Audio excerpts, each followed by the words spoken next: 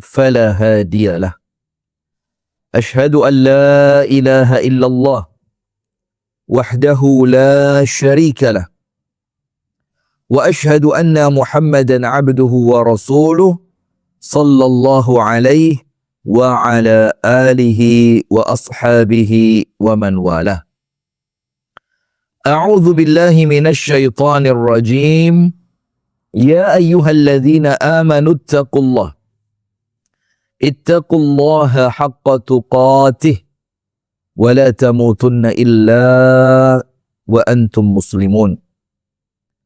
اللهم أنت ربي لا إله إلا أنت خلقتني وأنا عبدك وأنا على عهدك ووعدك ما استطعت. أعوذ بك من شر ما صنعت. أبوء لك بنعمتك علي وأبوء بذنبي فاغفر لي، فإنه لا يغفر الذنوب إلا أنت. أصبحنا على فطرة الإسلام وعلى كلمة الإخلاص وعلى دين نبينا محمد صلى الله عليه وسلم وعلى ملة أبينا إبراهيم حنيفا مسلما وما كان من المشركين. أما بعد. اللهم إنا نسألك علما نافعا ورزقا طيبا وعملا متقبلا. Pemirsa sekalian, alhamdulillah, jamaah yang dirahmati oleh Allah dimanapun Anda berada. Pemirsa yang menyaksikan melalui live tayangan TikTok, pemirsa yang menyaksikan melalui live tayangan Instagram, Facebook, dan pemirsa setia Sayap Dakwah TV dimanapun Anda berada. Alhamdulillah, kita bersyukur kepada Allah atas nikmat yang Allah karuniakan. Nikmat aman, nikmat ketenangan, nikmat kenyamanan, nikmat hati yang merasa lapang, kesempatan dan kemampuan, serta pertolongan Allah di dalam ibadah. Kita bersyukur kepada Allah atas semua yang Allah beri. Dan sebagaimana yang telah kami sampaikan pada acara Tarhib Ramadan, bahwasannya salah satu cara untuk menyelamatkan semangat Ramadan ini adalah mensyukuri setiap semangat Ramadan yang telah Allah berikan kepada kita. Mensyukuri setiap kita selesai membaca Al-Quran, bersyukur setiap kita selesai sholat berjamaah, bersyukur setiap kita selesai melakukan ketaatan demi ketaatan.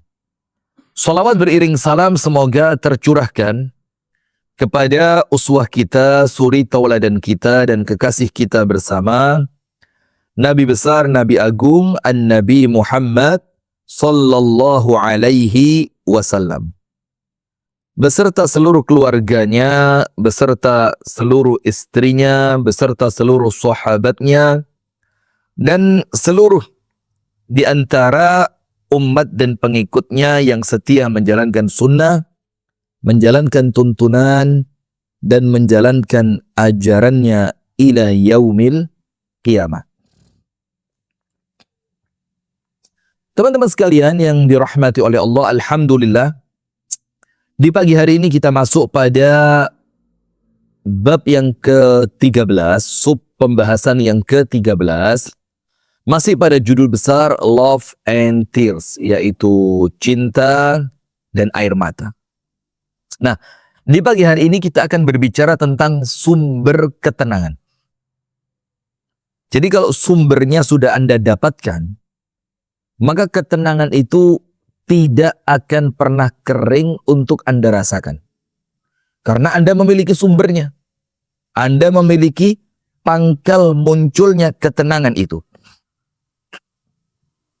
Dengan itu Anda tidak perlu khawatir dengan hiruk pikuknya dunia, dengan sunnatullah yang ada di dunia ini, termasuk sekarang dengan berita-berita yang menjadikan sebagian orang tidak tenang. Waduh, perang dunia 3. Waduh, Imam Mahdi mau keluar.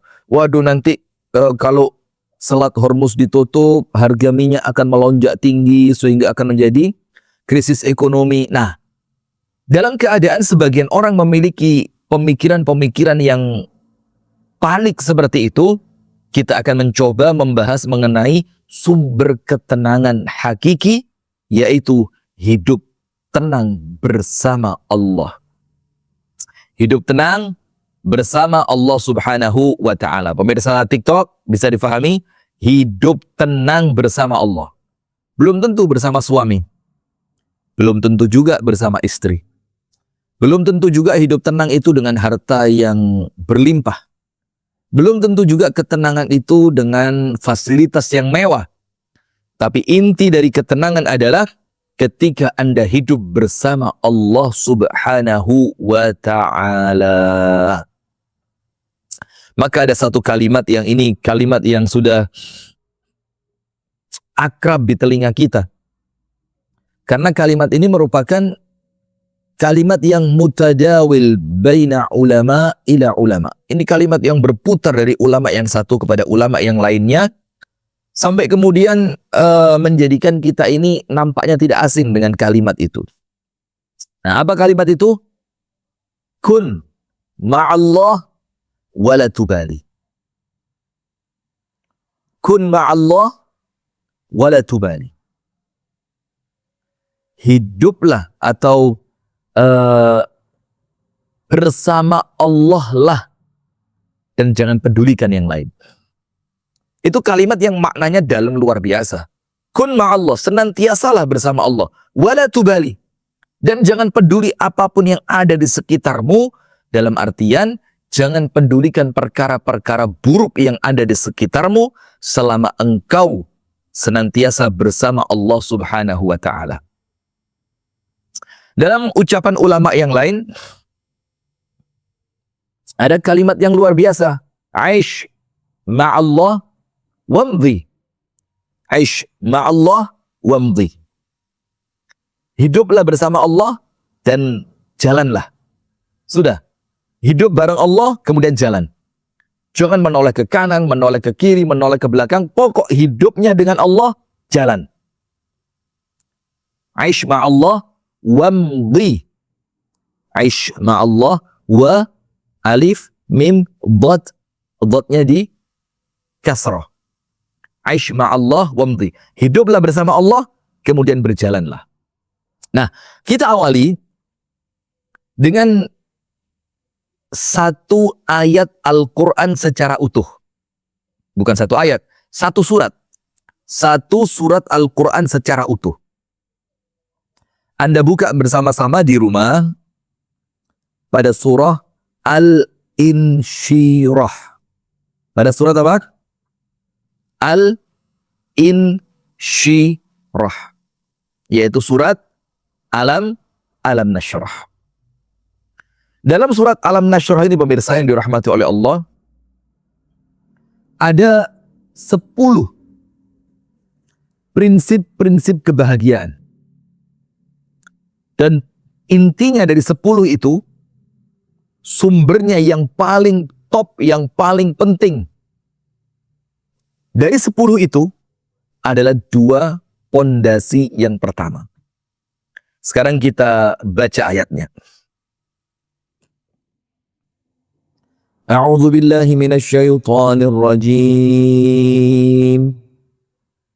Bismillahirrahmanirrahim. Alam nashrah laka sadrak wa wada'na 'anka wizrak alladhi anqadha dhahrak wa rafa'na laka dhikrak فَإِنَّ مَعَ الْعُسْرِ يُسْرًا إِنَّ مَعَ الْعُسْرِ يُسْرًا فَإِذَا فَرَغْتَ فَانصَبْ وَإِلَى رَبِّكَ فَارْغَب. Dari 8 ayat ini, saya hanya akan ambil ayat pertama dan ayat terakhir. Ayat nomor 1 dan ayat nomor 8. Udah, insya Allah Anda fokus pada yang 2 ayat ini, Aish ma'allah wamdi. Jalan aja udah. Jalan aja. Apa yang bisa Anda lakukan sekarang, lakukan. Apa yang menjadikan Anda esok hari risau, tinggalkan. Apa yang menjadikan Anda tidak merasa nyaman dengan dunia ini, menjauhlah darinya. Segitu aja udah. Ikuti ayat pertama dan ayat yang ke-8 dari surat Alam Nashrah. Dari surat apa? Alam Nashrah, yaitu yang pada surat ini Allah Subhanahu wa taala menjelaskan kepada kita semua tentang keadaan Nabi Muhammad sallallahu alaihi wasallam. Dan kita tahu Nabi Muhammad itu luar biasa. Tugas-tugas beratnya, beban yang Allah amanahkan kepadanya, gangguan dari orang-orang di sekitarnya, umat yang harus difikirkan olehnya, dakwah yang senantiasa dibina dan dikembangkan oleh Rasulullah. Oh, berat banget, pikirannya berat banget. Tapi kemudian Allah menunjukkan kepada kita bagaimana kemudian Nabi Muhammad SAW dengan semua beratnya ujian, beratnya beratnya tantangan, beratnya tuntutan di dunia ini, tapi kita bisa tetap kalau hidup yang tenang itu apa? Slow life, slow living, tenang udah. Nikmati. Anda punya motor, nikmati motor. Anda punya mobil, nikmati mobil. Anda rumah masih ngontrak, nikmati. Karena ngontrak itu kan bisa nantiasa ganti rumah, Anda nggak bosen. Kan gitu. Anda pekerjaannya dari jam 7 pagi sampai jam 4 sore, nikmati, niati ibadah.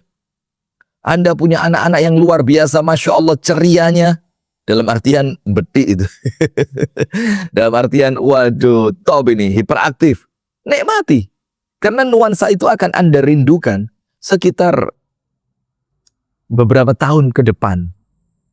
Karena anak-anak kita di rumah itu,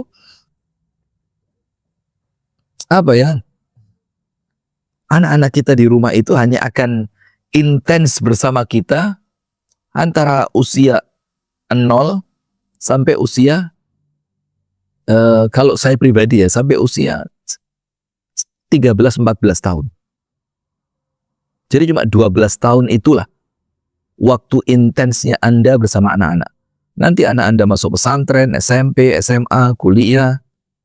Mereka sibuk dengan dunia kerjanya, mereka menikah. Waduh. Maka nikmati semuanya. Nah, begini.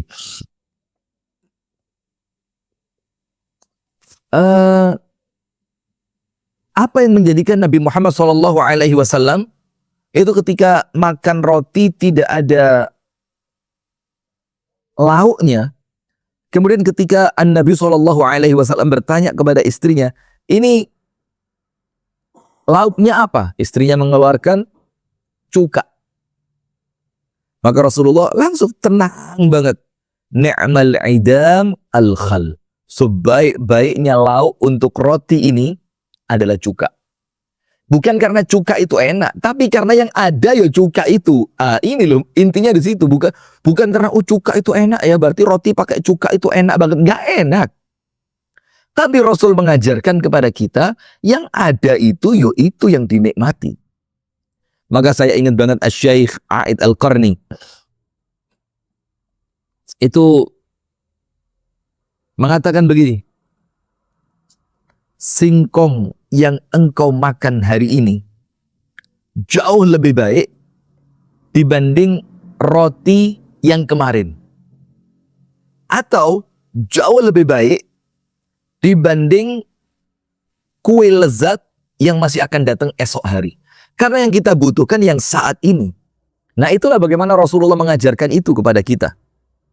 Kemudian ketika Ar-Rasul sallallahu alaihi wa ala alihi wa sahbihi wasallam bersabda ketika keliling selepas pulang dari sholat subuh ke masing-masing rumah istrinya, kemudian bertanya, A'indaki syai'un, ada nggak sesuatu yang bisa dimakan? Jawaban istrinya apa?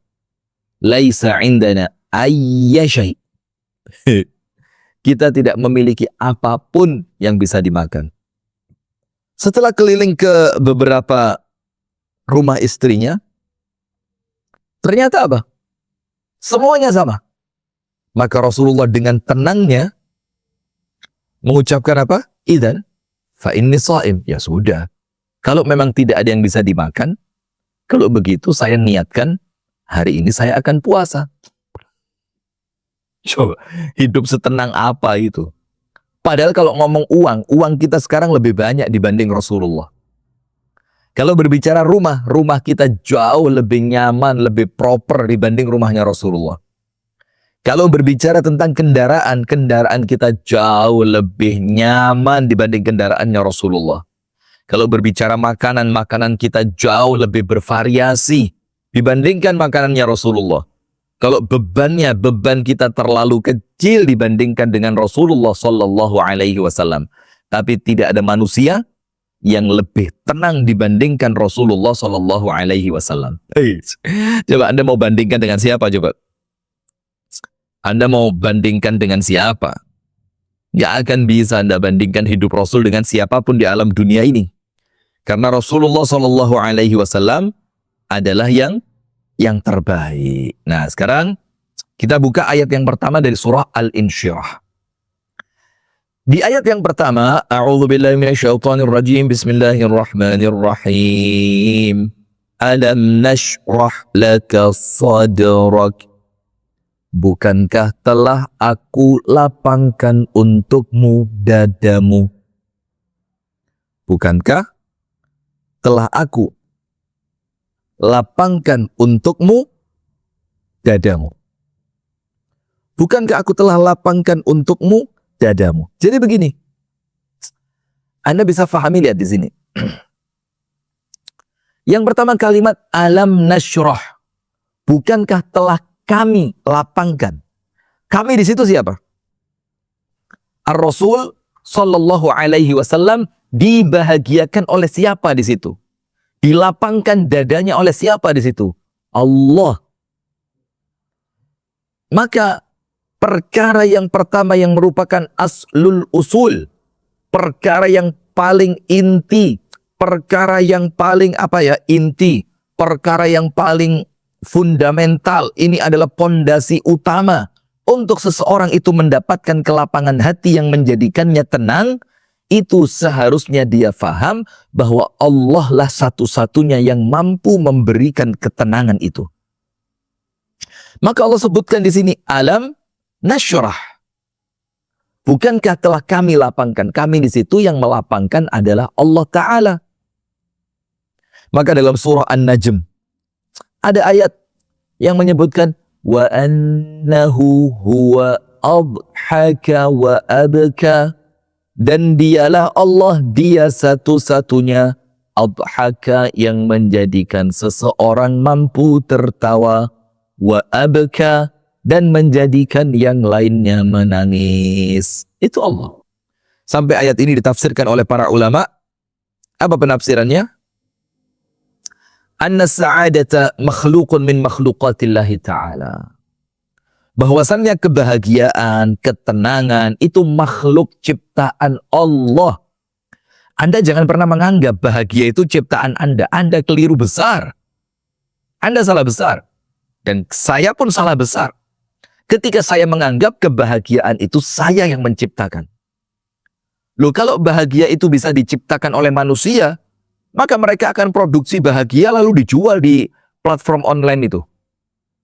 Bahagia 20%, 1 juta. Bahagia 50%, 3 juta. Bahagia 70%, 4 juta. Bahagia 100%, 10 juta. Kalau mereka bisa ciptakan bahagia, nggak bisa. Anda tahu kemarin ada apa ya? Ada artikel kecil begitulah yang menunjukkan ternyata Elon Musk itu dia mengatakan sampai sekarang saya tidak bahagia. Coba. Dalam keadaan uangnya dia untuk membeli semua yang ada di toko online yang Anda punya itu bisa. Tapi karena salah dalam memahami bahagia, dia menganggap bahagia bisa saya dapatkan ketika saya begini, saya begitu, saya membeli ini, saya membeli itu, saya memiliki ini, saya memiliki itu. Keliru. Maka dibilang inna sa'adah makhlukun min makhluqatillahi ta'ala. Bahagia itu makhluk ciptaannya Allah. Al-Khaliq. Kemudian dikatakan yaj'aluhu fi qalbi man yasha' fayas'ad. Allah akan berikan kebahagiaan itu ke dalam hati seorang manusia, maka dia pasti bahagia. Wa yanzi'uhu min qalbi man yasha' fayashqa. Dan apabila Allah menghendaki, Allah akan tarik bahagia itu dari hati orang-orang yang Allah kehendaki, dan dia akan sengsara selamanya. Na'udzubillah min dzalik. Nah, itu dulu poin pertamanya. Maka ada satu hadis yang pernah kita sampaikan di awal kemarin. Oh enggak, beda majelis. Yaitu bahwasannya Rasulullah Shallallahu Alaihi Wasallam membonceng Abdullah ibnu Abbas radhiyallahu taala anhu. Jadi bonceng Abdullah bin Abbas. Kemudian ketika Rasulullah Shallallahu Alaihi Wasallam membonceng Abdullah ibnu Abbas tadi, ini oleh Rasulullah dimanfaatkan oleh siapa? Rasulullah untuk memberikan insight yang positif kepada Abdullah ibnu Abbas. Apa masukannya? Ihfazillah yahfazka. Ihfazillah tajidhu tujahak. Jagalah Allah, maka Allah akan terus menjagamu. Jagalah Allah, maka Allah akan senantiasa membersamaimu.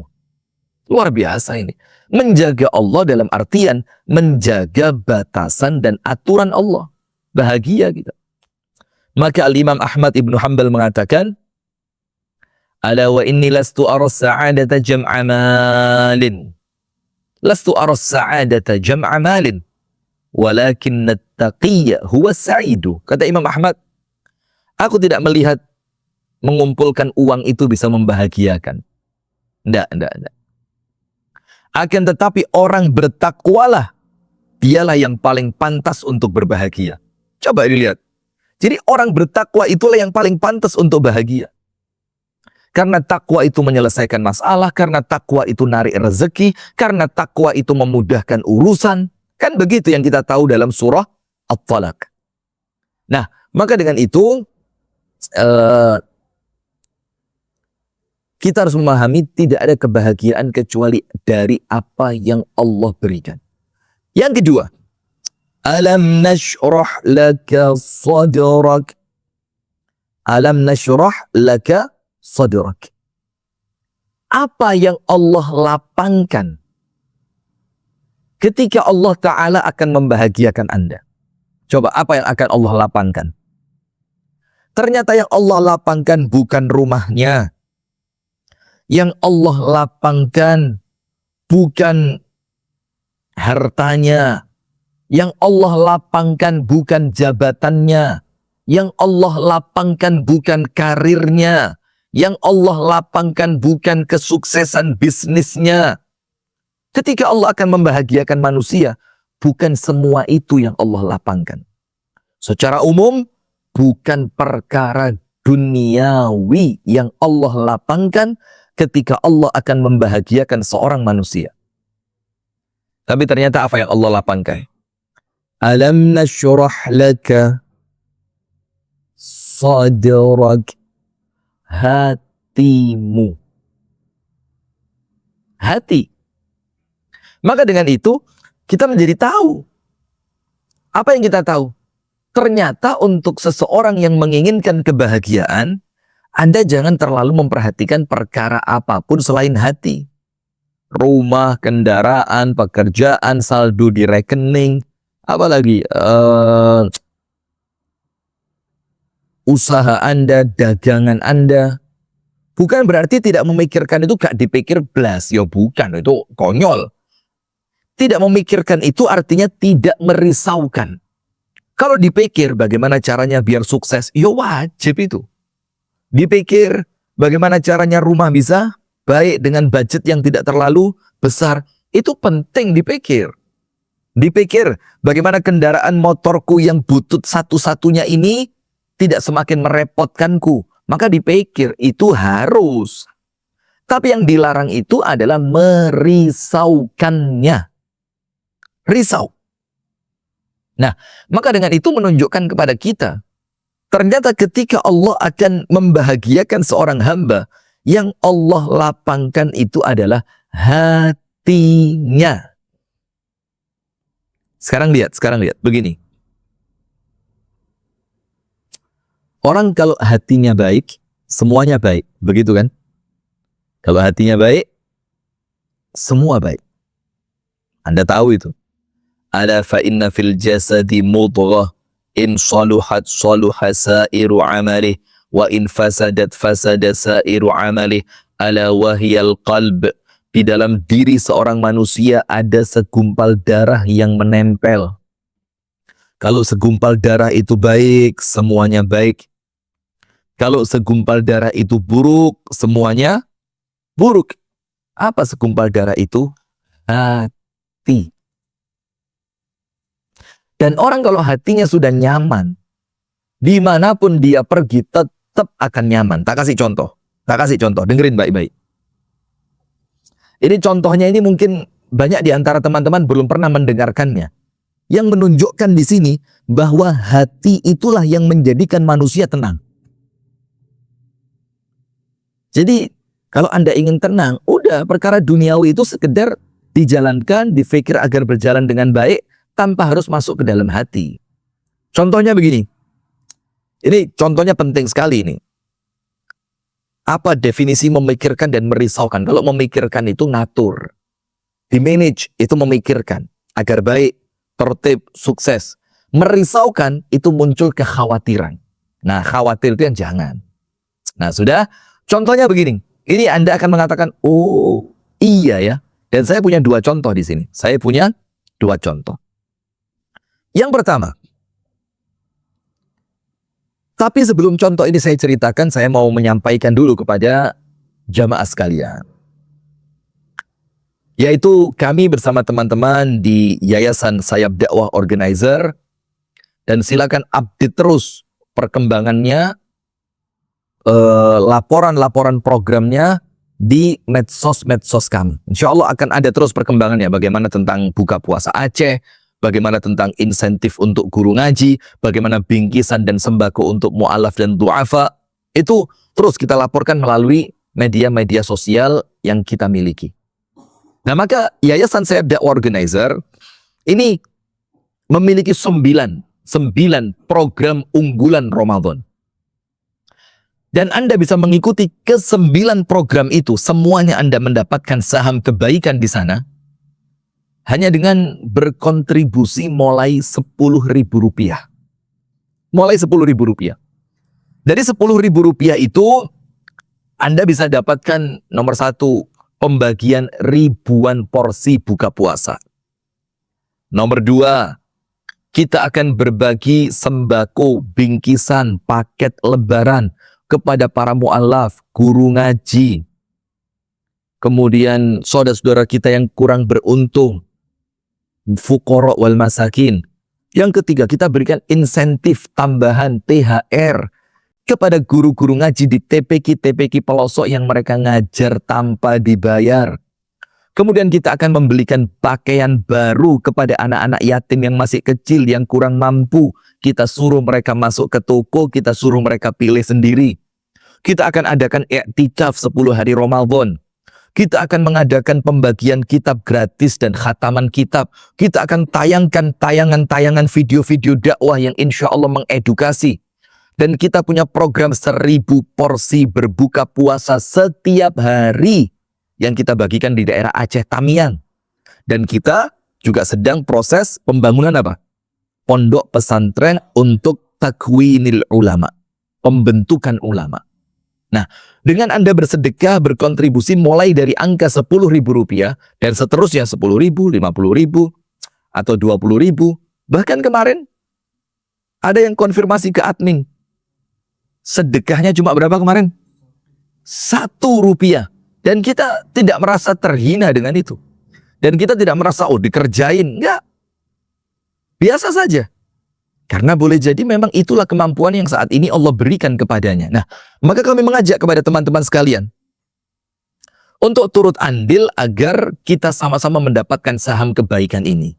Silakan yang di Instagram, di YouTube, di Facebook, itu ada QRIS. Karena sekarang nggak boleh ngomong QRIS, kata Pak BI, Bank Indonesia. Suruh ngomong harus Indonesia, harus QRIS. Itu ada QRIS itu. Kok saya jadi khawatir malah Kristen nanti. Nah, QRIS itu ada di layar Anda, diklik, tik. Nanti insya Allah akan keluar di sana. Anda bisa sedekah 10, 20, 30, 40, 50, 100, 200, 10 juta, 15 juta. Yang insya Allah laporannya akan kita update terus. Untuk yang berada di TikTok, Anda bisa klik di bio. Anda bisa klik di bio. Nanti ada link di sana. Anda klik linknya, Anda bisa berkontribusi bersama-sama dengan kami. Baik, saya beri contohnya sekarang. Saya berikan contohnya sekarang. Contohnya adalah bahwasannya hati itu adalah sumbernya kebahagiaan. Begini. Yang pertama Anda lihat Nabi Yusuf alaihi salam. Nabi Yusuf alaihi salam. Nabi Yusuf alaihi salam itu tinggal di istana raja dengan tentu fasilitas yang sangat luar biasa. Makanannya, kamarnya, pelayanannya, penjagaannya, pakaiannya, semuanya luar biasa. Karena itu adalah wasiat atau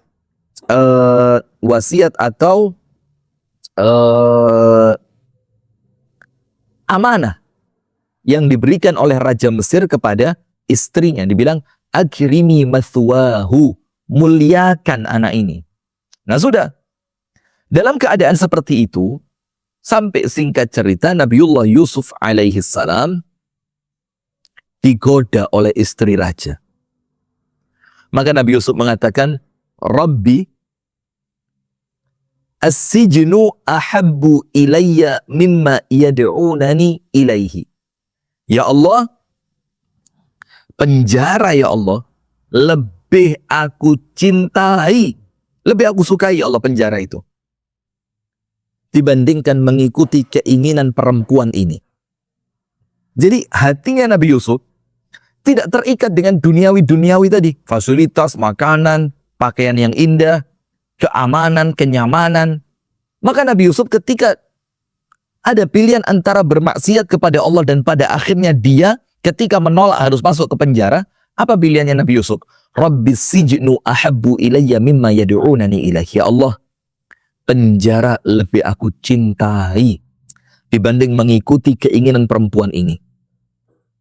Wah, ini kan luar biasa ini. Padahal kalau kita mau ngomong jujur pemirsa, kita kalau mau ngomong jujur, ngomong apa adanya secara sama-sama laki-laki ya, antara masuk penjara dengan tidur dengan perempuan, a'azzanallahu wa iyyakum ajma'in, ini yo jauh lebih nikmat tidur dengan perempuan. Tapi kan itu kenikmatan yang semu, yang tidak mendatangkan ketenangan. Akhirnya Nabi Yusuf tahu, aku harus memilih penjara. Kalaulah nanti di penjara itu aku mendapati hatiku tenang di sana, aku pilih penjara. Daripada aku bermaksiat, yang maksiat itu kelihatannya nikmat, tapi akan menghilangkan ketenangan dari dalam hatiku. Hidup tenang bersama Allah. Contoh kedua. Anda lihat contoh yang kedua. Syekhul Islam Al-Imam Ibnu Taimiyah rahimahullah. Ibnu Taimiyah rahimahullahu ta'ala di zamannya itu udah dihabisin, dengan arti kata dihabisin, oleh pemimpin zalim yang ada di zaman itu. Ibnu Taimiyah pernah dan sering dipenjara. Ibnu Taimiyah berulang kali diasingkan ke daerah-daerah yang sangat jauh. Bahkan diancam untuk dibunuh dan dihilangkan nyawanya. Sampai kejadian itu terulang terus. Sampai kejadian itu apa? Terulang terus. Yang menjadikan Ibnu Taimiyah itu bertanya-tanya. Kemudian Ibnu Taimiyah mengatakan, ma yaf'alu a'da'u bi. Ini musuh-musuh ini mau ngapain sih? Jannati wa bustani fi qalbi. Taman indahku dan tanaman-tanaman indah itu, bunga-bunga yang indah itu tersimpan di dalam hatiku. Bukan di tempat tertentu sehingga kalau kalian pindahkan aku sedih. Bukan karena ini, karena itu, ketika itu engkau cabut dariku, aku akan sedih. Semuanya di sini. Wahia ma'i ainama ruhtu. Dan taman indah di dalam hati ini akan terus membersamai diriku kemanapun aku pergi. Coba. Jadi, kalau surgaku itu di dalam hati, dan hatiku ini akan senantiasa membersamaiku dimanapun aku berada, maka di mana-mana untukku menjadi surga. Kemudian Ibnu Taimiyah melanjutkan, sijni khalwa. Kalaulah kalian memenjarakan diriku, maka itulah saatnya aku berduaan dengan Allah, tidak diganggu suatu apapun. Wa tardi siyaha. Kalau kalian mau mengasingkanku, itu rekreasi untukku, ketemu tempat baru, teman baru, nuansa baru. Wa qatli syahadah. Dan kalaulah kalian membunuhku, itulah yang aku tunggu. Karena itulah kematian syahid di jalan Allah Subhanahu wa Ta'ala. Nah, maka lihat, orang-orang yang bahagianya di dalam hati tidak terpengaruh dengan apapun. Nah, maka sekarang begini. Ketika kita berbicara hidup tenang bersama Allah, kita perlu tahu ketenangan yang Allah beri itu Allah masukkan ke dalam hati.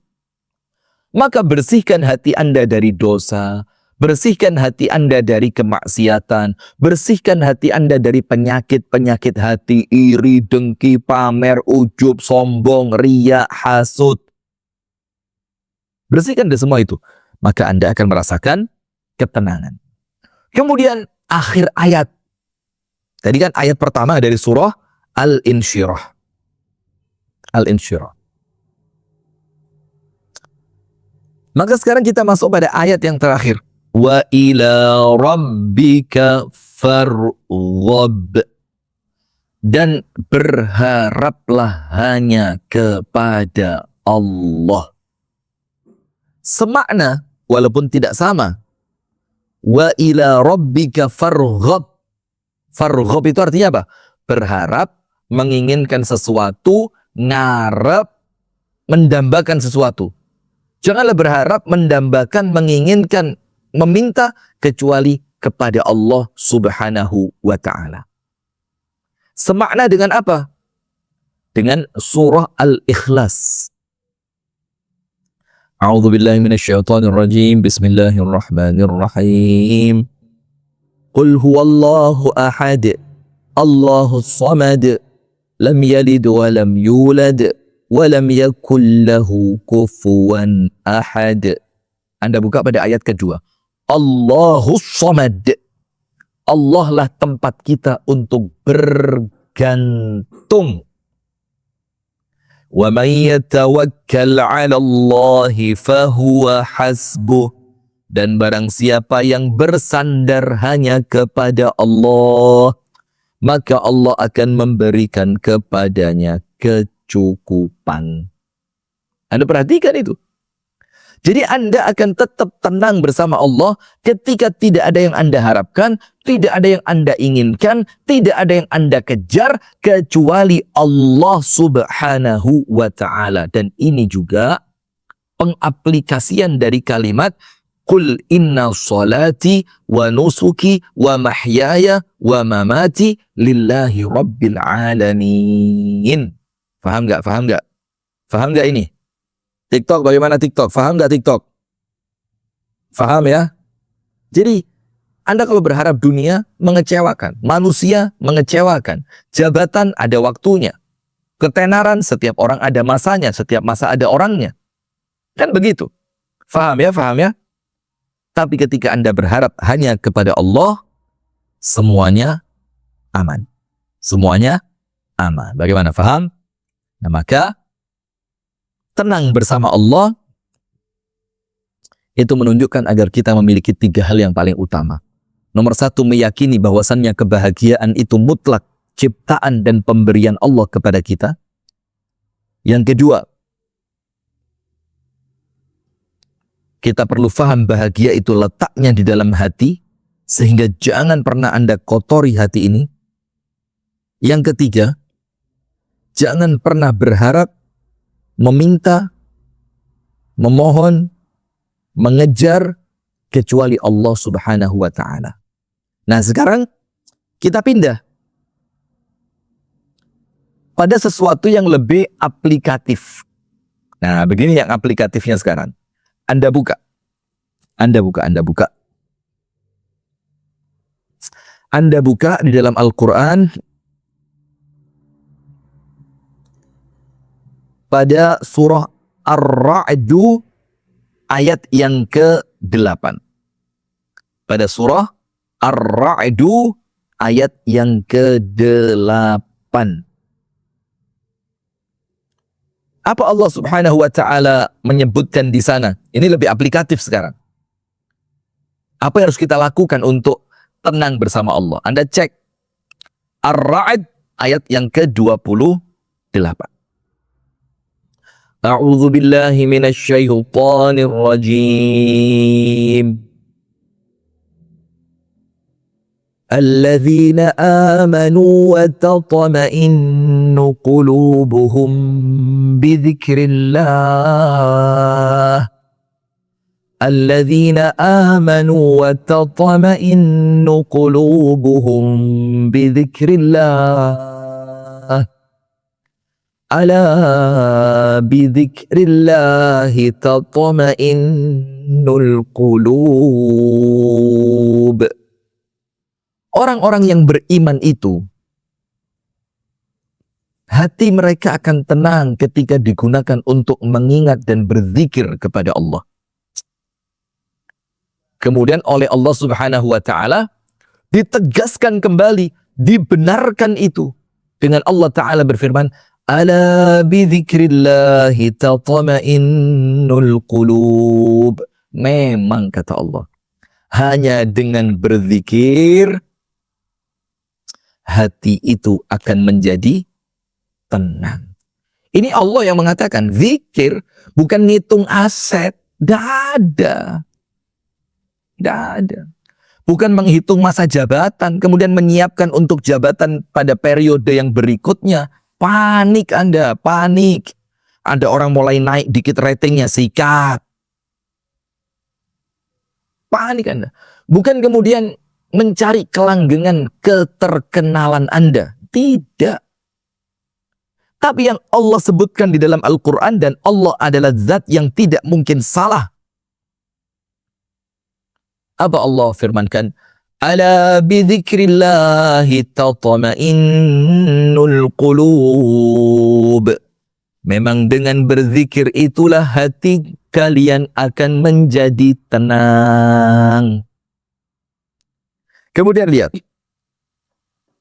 Zikir itu apa? Ya semuanya zikir.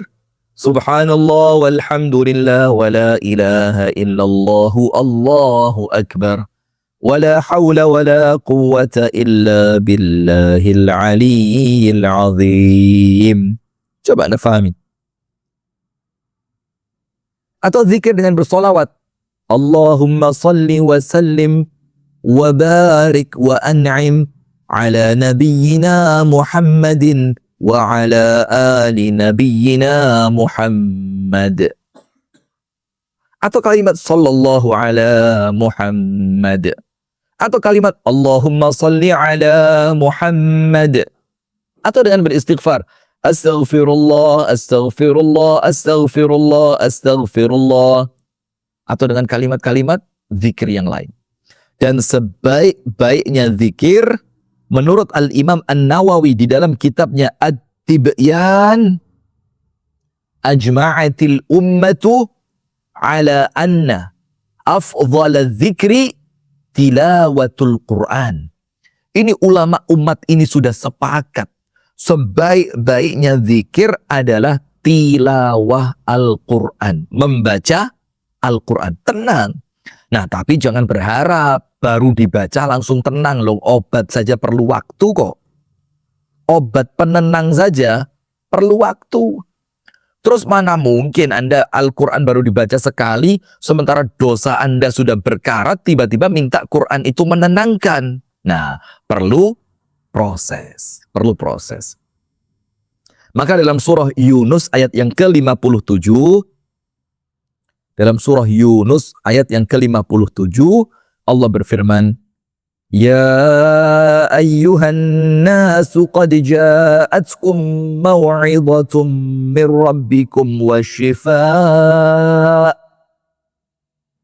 shifaa'un lima fis sudur wa hudaw wa rahmatul lil mu'minin. Bahwasanya Al-Quran itu adalah apa? Syifa'un lima fis sudur, akan mengobati kegelisahan, kegundah gulanaan, kesumpekan, kepanikan yang ada di dalam hati Anda. Tenang Anda. Tenang Anda.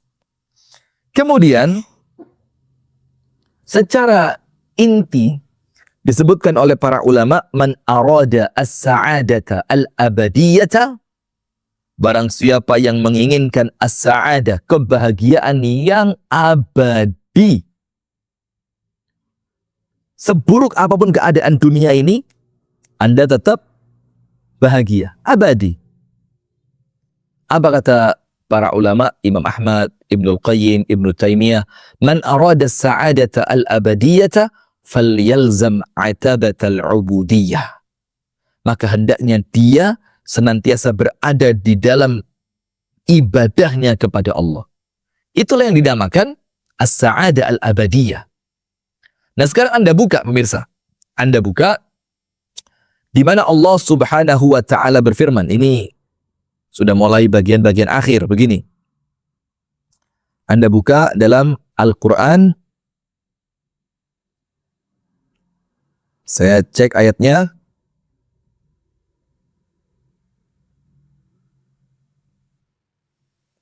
Anda buka dalam surah An-Nahl ayat yang ke-97.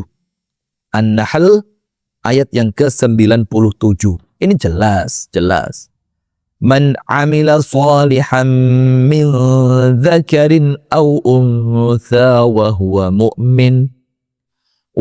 mu'minun falanuhyiyannahu hayatan thayyibah.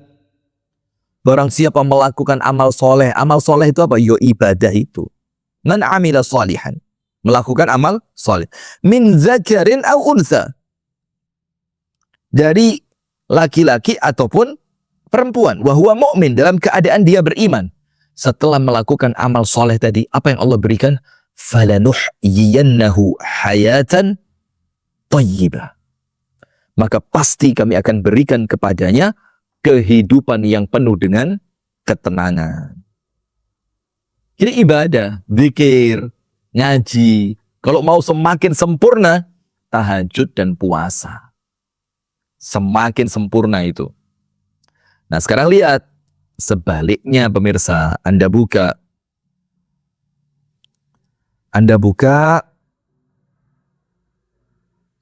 dalam Al-Quran surah Toha ayat 124. Ayat berapa? 124. Sebaliknya, Toha 124. Ini supaya kita tenang di dunia ini bersama Allah Ta'ala. Gak usah panik. وَمَنْ أَعْرَضَ عَنْ ذِكْرِي فَإِنَّ لَهُ مَعِيشَةً ضَنْكًا وَنَحْشُرُهُ يَوْمَ الْقِيَامَةِ أَعْمَى قَالَ رَبِّ لِمَ حَشَرْتَنِي أَعْمَى وَقَدْ كُنْتُ بَصِيرًا قَالَ كَذَلِكَ أَتَتْكَ آيَاتُنَا فَنَسِيتَهَا وَكَذَلِكَ الْيَوْمَ تُنْسَى. 24, 25, 26. Toha 24, 25, 26. Wa man a'rada an dzikri, orang yang berpaling dari peringatan Allah. Berpaling dari peringatan Allah apa? Tidak mau ibadah, malah maksiat. Apa yang dia dapatkan? Fa inna lahu ma'isyatan dhanka, maka Allah akan memberikan kepadanya kehidupan yang serba sempit. Dhanka itu bukan bayyik. Bayyik sempit dari dua arah. Kanan kiri, atau atas bawah, atau depan belakang. Itu bayyik, sempit. Tapi dhanka, kehidupan yang penuh dengan kesempitan yang Allah berikan kepada orang-orang yang berpaling dari Allah, itu sempit dari 6 sisi. Kanan kiri, depan belakang, atas bawah. Jadi kayak dipres, set, dhanka. Kemudian, wa nakhsyuruhu yaumal qiyamati a'ma, dan nanti pada hari kiamat dia akan bangkit dalam keadaan buta. Kemudian dia protes sama Allah. Qala rabbi lima hasyartani a'ma wa qad kuntu basira. Ya Allah, kenapa aku bangkit dalam keadaan buta, padahal dulu saya bisa melihat, ya Allah. Maka Allah jawab, Qala kadzalika atatka ayatuna fanasitaha. Seperti itulah kata Allah. Dulu datang ayat-ayat kami kepada kalian, dan kalian melupakan ayat-ayat itu. Acuh, nggak kalian hiraukan. Maka balasannya apa? Wa kadzalika al-yawma tunsa. Maka hari ini pun kalian aku lupakan. Nah, subhanallah, itulah jemaah sekalian. Salat, baca Quran, zikir, berbuat baik kepada orang lain, insya Allah bahagia. Insya Allah bahagia. Dan salah satu yang paling aplikatif, ada satu pertanyaan dalam bahasa Arab. Man as'adun nas? Man as'adan nas? Ada pertanyaan dalam bahasa Arab. Man as'adun nas? Dalam tanda tanya. Jawabannya apa? Man as'adan nas. Apa artinya? Begini. Sebelum kita artikan, maka kami mengajak sekali lagi kepada semua jemaah yang hadir di acara online di pagi hari ini, untuk kita bersama-sama turut andil dalam program yang diadakan oleh Yayasan Sayap Dakwah Organizer dengan 9 program unggulan pada bulan Ramadan. Dengan mulai Anda bersedekah bersama kami Rp10.000, berkontribusi Rp10.000, dan sampai nilai yang tidak terbatas. Anda bisa turut andil dalam pembagian buka puasa, pemberian santunan sembako, bingkisan kepada mu'alaf dan orang-orang yang kurang mampu, insentif untuk guru ngaji, pakaian baru untuk anak yatim yang kurang mampu, pengadaan i'tikaf, pembagian buku gratis, penayangan video-video dakwah, pemberian buka puasa kepada saudara kita di Aceh, kemudian juga pembangunan pondok pesantren. Nah, apa jawabannya? Man as'adan nas? Siapakah manusia paling bahagia? Jawabannya, man as'adun nas. Yaitu mereka yang membahagiakan manusia. Jadi bahagiakan sesama, maka Anda oleh Allah akan dibahagiakan. Baik pemirsa sekalian, itu yang dapat kami sampaikan di pagi hari ini. Insya Allah kita lanjutkan pada pertemuan esok hari. Insya Allah besok tema Love and Tears akan dengan tema untuk besok kita cek. Besok tema hari ke-14, air mata yang tersembunyi. Jadi kesedihan-kesedihan yang mungkin Anda sembunyikan dari orang lain. Bagaimana itu? Saksikan besok. Jangan kemana-mana. Barakallahu fikum, subhanakallahumma wa bihamdika, ashhadu an la ilaha illa anta, astaghfiruka wa atubu ilaik. Semoga istiqomah selalu. Assalamualaikum warahmatullahi wabarakatuh.